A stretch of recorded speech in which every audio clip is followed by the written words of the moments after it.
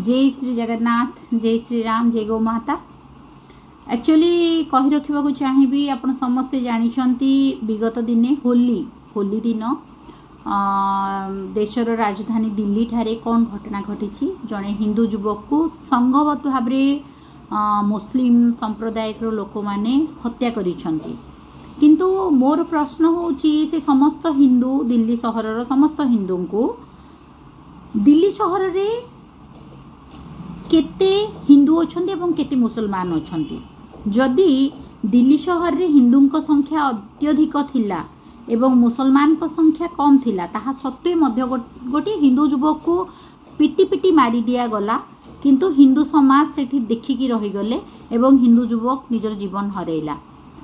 जेतेबेले जड़े हिंदू युवक को मुस्लिम लोक माने पिटी पिटी मारुछंती एवं हिंदू समाज चुप रहुचंती, ता बादे मध्य आमर हिंदू मनरे रखिछंती जे हिंदुस्तान हिंदू राष्ट्र हेबो।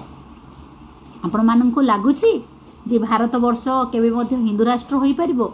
जो राष्ट्र रे, जो देश रे, जो माटी रे हिंदू युवक को अन्य सांप्रदायिक व्यक्ति माने संगबद्ध भाव पिटी पिटी हत्या करुछंती एवं हिंदू समाज देखिकी चुप रहुचंती, से हिंदू माने चिंता करुछंती जे एई राष्ट्र हिंदू राष्ट्र हेबो।